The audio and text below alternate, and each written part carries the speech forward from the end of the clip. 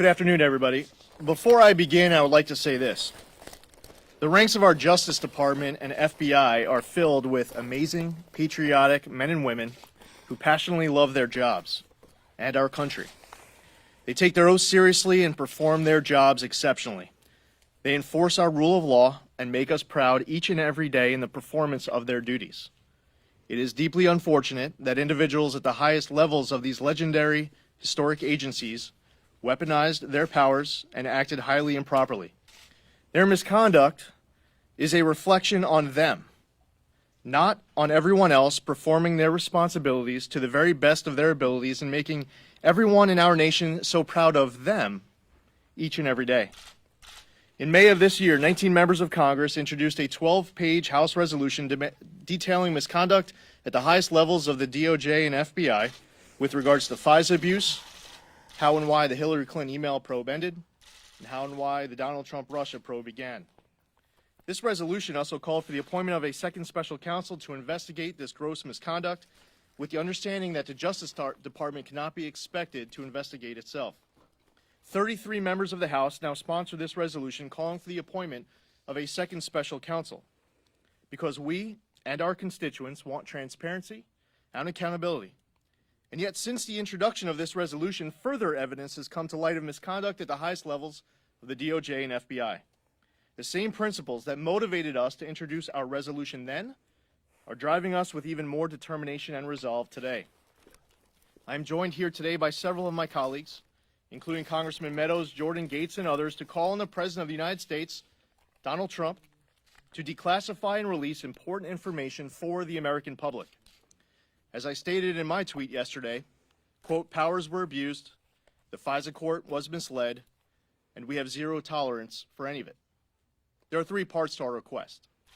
One, we are calling for the declassification and release of the Carter Page FISA applications. While we are strongly in favor of releasing the entirety of the FISA applications, except for the necessary redaction of any sources and methods that must truly remain classified, we most specifically want to ensure that the President declassifies and releases 20 pages in particular of the last FISA renewal. This includes pages 10 to 12 and 17 to 34, along with the associated footnotes. We are confident that the FISA applications will prove that the highest levels of the DOJ and FBI failed to provide the FISA Court with critically important information when they requested a warrant to spy on Carter Page and others. Part two of our request is that we are calling on the President to declassify and release all 12 of the Bruce Ohr 302s. We are confident that these 302s contain critically important information that should have been provided to the FISA Court but wasn't. Part three, we're also calling for the declassification and release of the documents provided to the Gang of Eight that contain exculpatory evidence regarding Carter Page and others. We are confident that these documents also contain critically important information that should have been provided to the FISA Court, but wasn't. In October 2016, the FBI and DOJ used politically biased, unverified sources to obtain a warrant from the FISA Court to surveil a U.S. citizen, Carter Page. The warrant, along with 3 renewals, also would have enabled investigators to access Page's communications with other Americans, including other Trump campaign associates. The warrants grant U.S. intelligence and law enforcement agencies sweeping power to collect bulk information and conduct about collection, which results in surveillance of a broad array of private communications from the past, present, and future, including those of U.S. citizens not specifically targeted in the FISA authorized warrant. To obtain these warrants, FISA and DOJ officials submitted an unverified dossier prepared by Christopher Steele to the FISA Court. The officials failed to disclose that Christopher Steele was hired by the firm Fusion GPS, which was hired by the Democratic National Committee and Hillary Clinton campaign to prepare this dossier, and that the source was unreliable and was soon thereafter going to be terminated as a source. The FISA Court was not informed that Christopher Steele was actively opposed to the election of Donald Trump, that he was the unnamed source cited in the media reports that the FBI used to corroborate his dossier, and that Fusion GPS had been hired to perform previous anti-Trump research efforts in 2015. The Woods procedures, which are the FBI's mandatory vetting process required for all FISA warrant applications instituted to ensure that all the facts contained in the application are accurate and verified to clearly support probable cause for a warrant were not followed. Former Director Comey admitted in sworn testimony to the Senate Judiciary Committee on June 8, 2017, that material contained in the Steele dossier was known to be both salacious and unverified. Since FISA warrant applications are rarely turned down, are almost never subject to appeal, and are presented in closed court with no public record where the government is not challenged by any defense, it is imperative that the government take extra care to validate the information being utilized to build their case before they take the extraordinary step of waiving rights of a U.S. citizen without his or her knowledge or the opportunity to present a defense. At the FISA Court, the government has a responsibility not only to provide its best evidence in support of its application, but also the best evidence it has against its case. In this case, the DOJ failed to do so. There apparently was very important exculpatory evidence that was provided to the Gang of Eight that was not even presented to the FISA Court. These deeply flawed and questionable FISA warrant applications utilizing illicit sources and politically biased intelligence were approved by DOJ and officials and FBI officials at the highest levels before being presented to the FISA Court. It was further hidden from the FISA Court that Nellie Ohr, the wife of the fourth highest-ranking DOJ official Bruce Ohr, worked for Fusion GPS. The court also wasn't notified that even after Steele was terminated as a source by the FBI for leaking information to the press, the FBI continued to effectively use him as a source via Steele's contacts with Bruce Ohr. Despite the troubling fact that he was terminated as a source by the FBI for leaking information to the press and for other reasons, the FBI continued to use him through Bruce Ohr. Christopher Steele directly transmitted the dossier and other information through Bruce Ohr to the FBI, which then submitted allegations from the dossier to the FISA Court. The details of the interviews between the FBI and Ohr are laid out in a series of 302s written by the FBI, but the DOJ continues to improperly keep those 302s as classified. In February 2018, the President of the United States declassified information within a memorandum by the House Intelligence Committee, which revealed that, before and after Steele was terminated as a source, he maintained contact with DOJ via then Associate Deputy Attorney General Bruce Ohr, a senior DOJ official who worked closely with Deputy Attorney Generals Gaetz and Rosenstein. Shortly after the election, the FBI began interviewing Ohr, documenting his communications with Steele.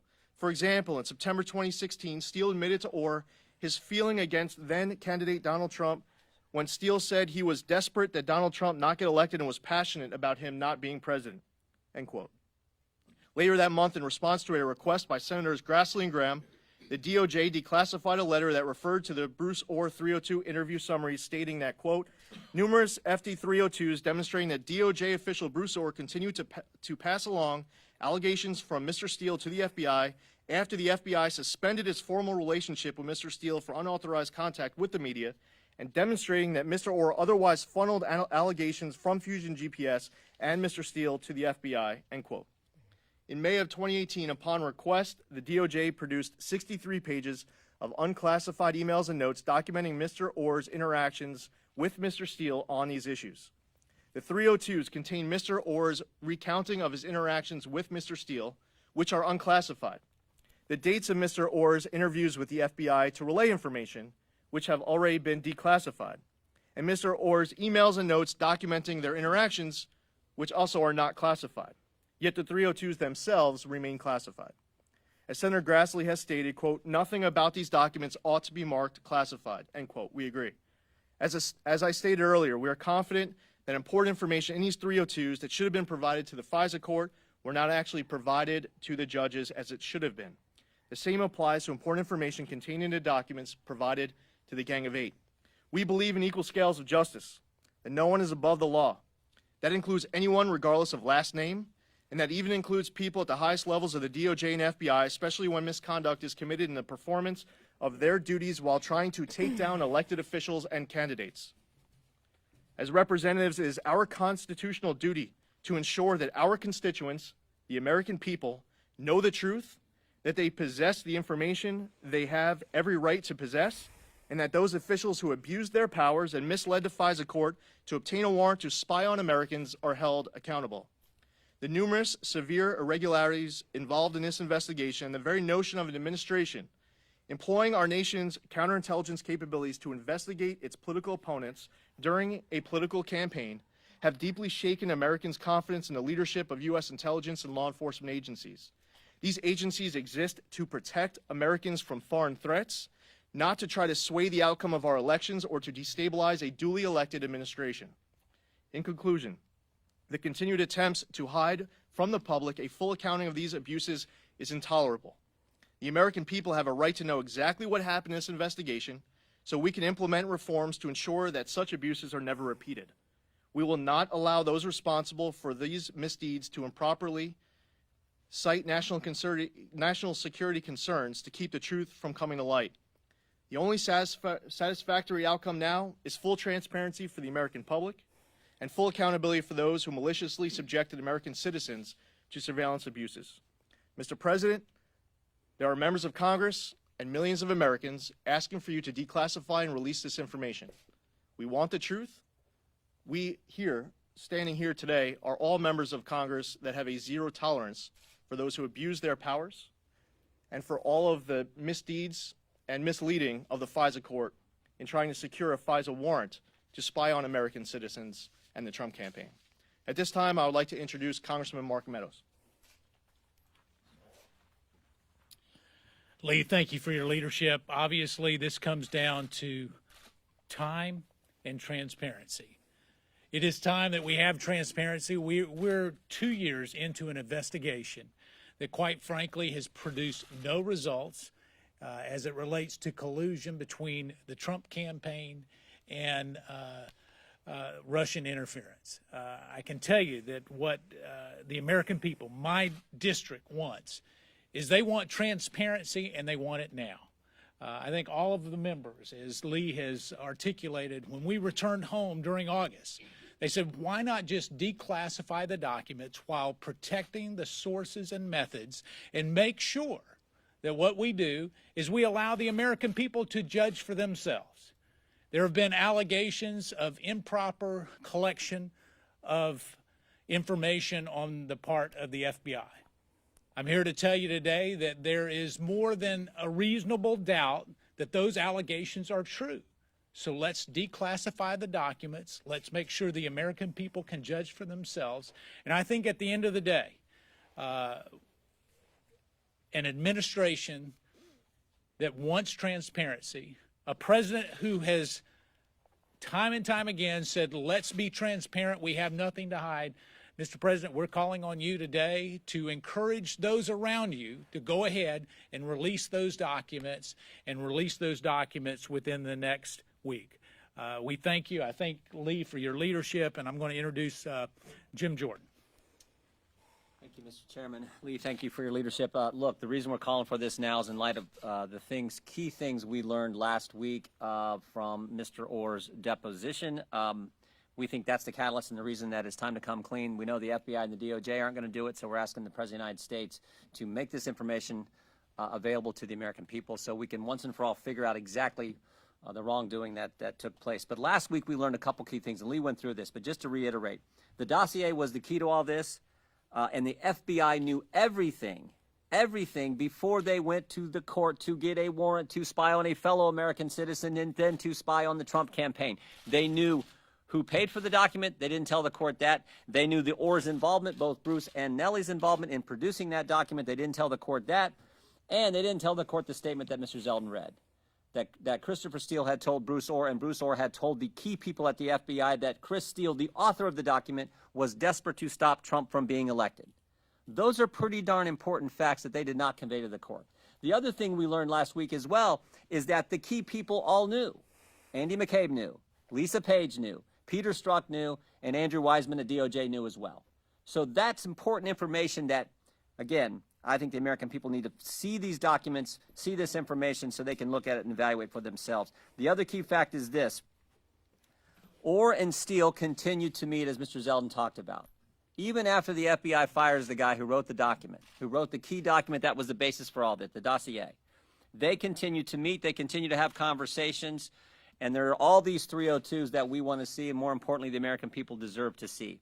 Not only did those continue after Steele was fired, these meetings and these interactions and the 302s from then, it also continued after Bob Mueller's special counsel was named. No one has seen those 302s. No one has seen those. We want those made available as well. And then finally, the other key takeaway I think from last week was, why did Fusion and Chris Steele need Bruce Ohr at all? Chris Steele had a direct line to the FBI. Why do you have to run information through Bruce Ohr? He could just give this information straight to the FBI. I mean, I asked Bruce Ohr about this. Why did they need you? And it seems to me the reason was all this circular pattern that existed that gives weight to a document that we all know now was not true, this dossier. If you got a top Justice Department official also passing information to the FBI, also talking about it, maybe even communicating this to the press or via him, or they can talk to the press about Bruce Ohr's involvement, that gives weight to this document that we know wasn't accurate, wasn't true at all. So I think that's a key point. For all those reasons, these three things need to be made public. That's why we're calling for it to happen, and we hope that it happens, as Mr. Meadows said, sooner rather than later. Mr. President, we need your help. Each and every member of Congress here has made some contribution to uncovering the bias and corruption that we've seen at the highest levels of the Department of Justice and the FBI. But we will be limited in our tools to conduct effective oversight in the absence of the documents that we are requesting today. They have to be declassified, Mr. President, so that we can lay out for the Congress and for the American people the rotten basis for the investigations that continue solely to delegitimize the duly elected President of the United States. I appreciate Mr. Zeldin, Mr. Jordan, Mr. Meadows for assisting in this effort, and it's my suspicion that the most important information in the documents we're seeking to be declassified won't be what's in those documents, but what is left out of them. You will not see in the FISA application any indication that Bruce Ohr was functionally the handler for Christopher Steele while his very own spouse was getting paid with money that could be traced back to the Democratic Party and the Clinton campaign. I don't suspect that we'll see in the FISA application the very origins of the collusion that existed between Christopher Steele and elements of the Russian Federation that were trying to pollute a Trump presidency. And I certainly don't think you will see the bias that was laid out from people moving from the Clinton campaign to the FBI investigation of the president and his campaign, and then on to the special counsel's investigation. So we may see more in the omissions than in what is laid out, but we certainly need to see it all, and we won't without the action of our bold president, and that's why we're here. And I'd like to introduce my colleague from the Judiciary Committee, Andy Biggs. Thanks, Matt, and thanks, Lee, and thank you to all who are supporting this effort, because this is really a very top-line important issue. We have to get to these documents. We need to be able to see the FISA application. We've been shut out on that. We need the 302s. We've been shut out on that. We need the assistance of the president because we're not getting assistance from the DOJ and the FBI. Now, I just want to divert for one quick second. As we've gone through this and been interviewing people, both closed door and you've seen some of them openly, I've been struck, and no pun intended, but I've been struck and related to some of my colleagues that it is beyond me that we can find this thread. You have, as Matt just said, you had the functional handle, the de facto handler of Christopher Steele, the go-between with the FBI. His wife is actually working in the same organization to basically dispirit and defame a presidential candidate from the opposition party. We have everything that we learned about Peter Strzok and Lisa Page in those highest levels, Andy McCabe, those who have left and those who were forced out. As we've interviewed them, I've been consciously struck that they haven't felt remorse for any of this conduct. They haven't seen any deviation from what they might think is normal practice. That is why we have to get to the bottom of this, because as we go through this, if these folks continue to display a lack of conscience or remorse, it indicates that we might have a bigger problem than we even perceive today. And so I call upon the President with my colleagues to declassify this information so we might continue to find out how deep and how broad this goes. Thank you. And now I'll introduce my colleague, Keith Rothfus. Thank you, Ernie. Keith Rothfus, Pennsylvania 12. You know, the American people believe in fairness. And we have institutions in our government, including the FISA Court, where you need to have fairness. And there needs to be disclosure. And so, in the interests of fairness for the American people, they deserve to know what was going on. The American people also deserve to not have to put up with the endless spin from one side or the other. And the disclosure of this information without disclosing sources and methods, give them a chance. So in the name of fairness, we're asking the President to have these declassified. Thank you. They did call votes about 15 minutes ago, so before, but we're doing okay right now on time. But I just wanted to make sure any members of the press have any questions. Okay, so we're going to get to a couple questions, and then we do have a couple more members who want to speak. Catherine Harris, Fox News. Does the President support the declassification of the documents? And if so, then who or what is the block? We would have to defer to the White House to answer that question with regards to the President. We would like the President to declassify and release all this information we called on, but we can't speak for him as far as what he wants. Can I just clarify just one thing that someone said? Is it accurate that McCabe, Strzok, Page, and the Justice Department's Andrew Weissman knew about Ohr's wife's work, as well as Steele's animus towards the President before the FISA application? I believe all that's accurate. I can go back and look at the transcript. Another thing I would love to see is the transcript made public from the, I think, approximately 7 hours that Mr. Ohr was in the transcribed interview. But I believe everything you cited there is accurate. Ben. Thanks. According to the Senate Judiciary Committee, I think it was a letter that Senator Graham sent, Bruce Ohr met with the FBI about the dossier the first time in late November, which is a month after the first FISA application on Carter Page. So I'm just wondering how you see his role in influencing the FISA. Was it a renewal to the Carter Page application? Was there another meeting that he had before October? Well, we can't speak for the contents of the 302s. There are 12 of them, but that is one of the reasons why we're here, is to be able to speak to you about the contents of the 302s. So one of the points that was made earlier by Congressman Gaetz as it relates to the FISA applications is that something that he would expect, and I agree with him, of what the contents of the FISA applications would show would be based on the omissions of what you don't see in it. However, the two other reasons why we're here, the 302s of Bruce Ohr, as well as some of the documents that have been provided to the Gang of Eight that has exculpatory evidence with regards to Carter Page and others, that would include information that should have been presented to the FISA court and wasn't. But to answer your question, that's really one of the reasons why we're here, is because we want all 12 of those 302s to be released to help answer that for you.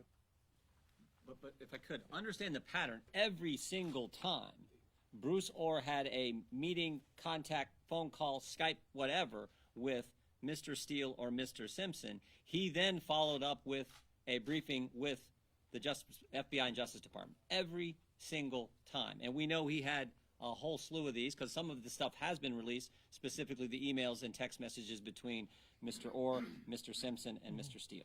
So to be clear, that was before the FISA application. Yes. Okay. Mr. Meadows, we just heard your colleagues say they cannot speak for the President if he supports releasing this, but have you met with or spoke to the President about releasing this application? Well, obviously, I've met with the President on other items. I don't normally comment on my conversations with the President. I can say that in my conversations with the President and the administration, he has been very consistent on wanting transparency, and I have not seen a major pushback on this request as long as it protects sources and methods. And so I think for the vast majority of Americans, they would see it as a welcomed response from this president. And I've not gotten any indication of a pushback, but as you know, I don't comment on my conversations with the president. I will say that this particular issue, and Lee and Jim and Matt have pointed this out, the information was collected in an abnormal way. It was verified in an abnormal way, and it was prosecuted in an abnormal way.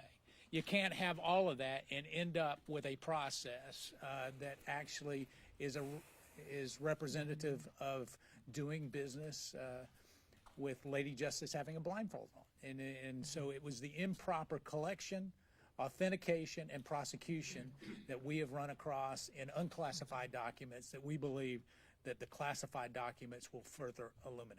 Can I add one thing to that, though? It's not just all those improprieties. It's the fact that the FISA courts have not protected the integrity of the courts.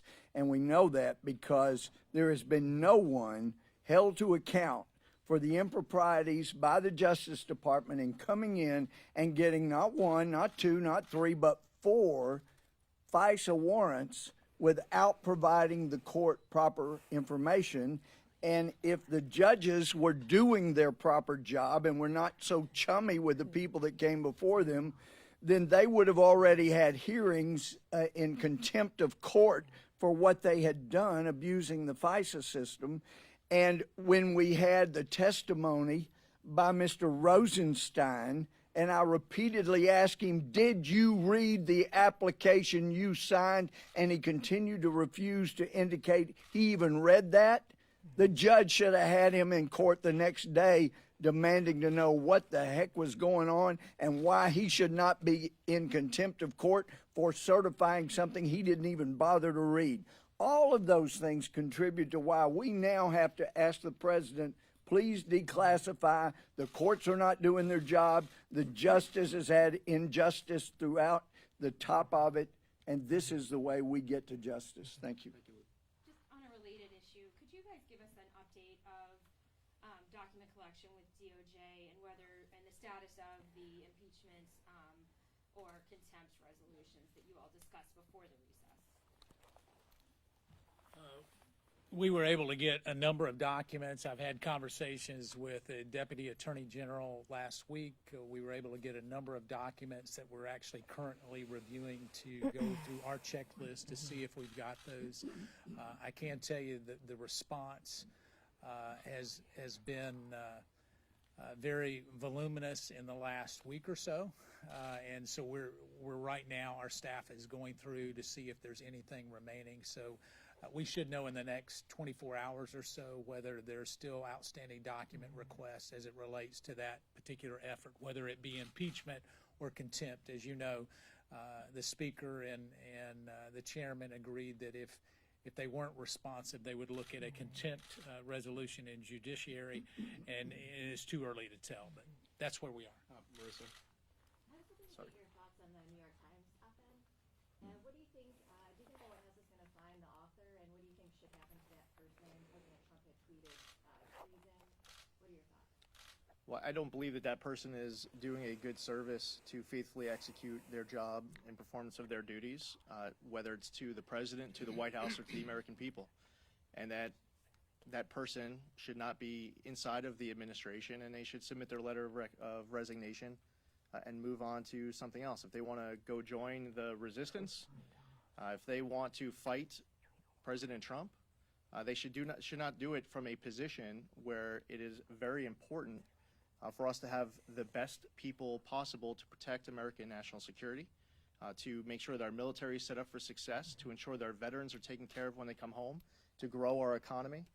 When you appoint people to important positions within the government, you rely on them to do their jobs exceptionally. And that person was, even though they said anonymous, they are outing themselves as someone who is not serving the American people in the performance of the duties that they were appointed for. I believe that, I don't know who the person is. I don't know what job title that they're currently filling. And I think that more is called spy. And I think that the more that we learn about it, the more we'd be able to answer that question as informed as possible. And I'm right behind you. Congressman Meadows, did you say that you were investigating the op-ed or the person behind that anonymous writing? And how would you do that?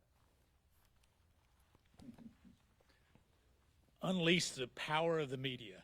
You guys are able to find out things that, quite frankly, most people can't find. I can tell you that we're taking this very serious from a, as Lee would say, from a national security standpoint, and that's really my focus. It has, listen, everybody's entitled to free speech. That free speech is something that should be protected and guarded, and you'll find that I'll be a sentinel for doing exactly that. And yet at the same time, if you're having highly sensitive and classified meetings within the Oval Office and you have someone trying to resist those efforts, you know, I think all of us would agree that it is highly unusual and perhaps the only time that it has ever happened that an anonymous source has posted an op-ed being part of an administration. I don't recall it. Perhaps some historians can correct it. So we're looking at what is proper from a legislative branch standpoint. We have oversight over the executive office of the president and federal employees in oversight and government reform under my subcommittee.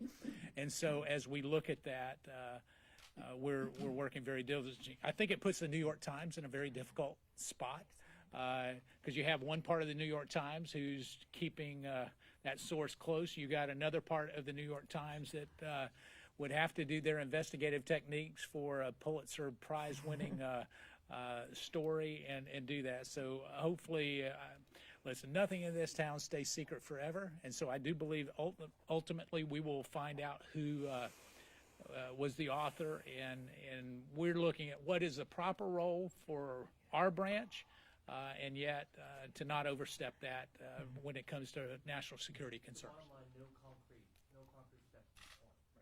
Right, there's no concrete steps. Two quick last questions, and we're going to have to head up to vote. Kevin. Will you recall to testify the former FBI director or his deputy to determine who signed off on the back channel communications between Ohr, Steele, and Fusion GPS? We have some members of our Judiciary Committee and Oversight and Government Reform. Well, look, I'm hoping we get Nellie Ohr in for a transcribed interview, ASAP, and Glenn Simpson as well.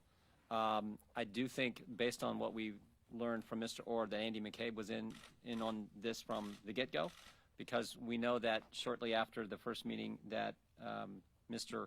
Ohr and his wife had with Chris Steele, he went straight to Andy McCabe. So certainly McCabe seems like someone who should be brought back in, but I'm more focused right now on Nellie Ohr and Glenn Simpson. What about Director Comey?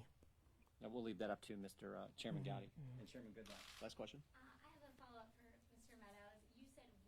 I just wanted to clarify, is that your subcommittee or a different group? And also Speaker Ryan today said he didn't see a role for Congress. So I'm curious if any of you are following up with Mr. Meadows looking at legislative solutions. Well, I guess this is a news-breaking day. I have a different opinion than the Speaker. That has never, ever happened. Yeah, listen, again, we're in the early stages of this. I spoke to you earlier on this. I think what I normally use the vernacular we, meaning the legislative body. You know, I probably am a little bit more uniquely tuned into this just because of my subcommittee work with the federal workforce and the oversight of the executive branch. And yet, you know, it may be something that fundamentally is only the role of the Department of Justice and the executive branch. And so, you know, we're less than 24 hours into this. I don't want to jump to any conclusions. Do I take it seriously? Certainly. Should we all take it seriously? Without a doubt. And hopefully we'll be able to come up with some kind of concrete steps, you know, in the days to come. Can I just ask one more question quickly? Yep, we have to go vote. Okay, we're about to close it. just one more question. Just to prepare for today, I went back to the June testimony of the Deputy Attorney General Rod Rosenstein, and in that testimony he seems to indicate that he has been relieved of his responsibility to sign the FISA applications.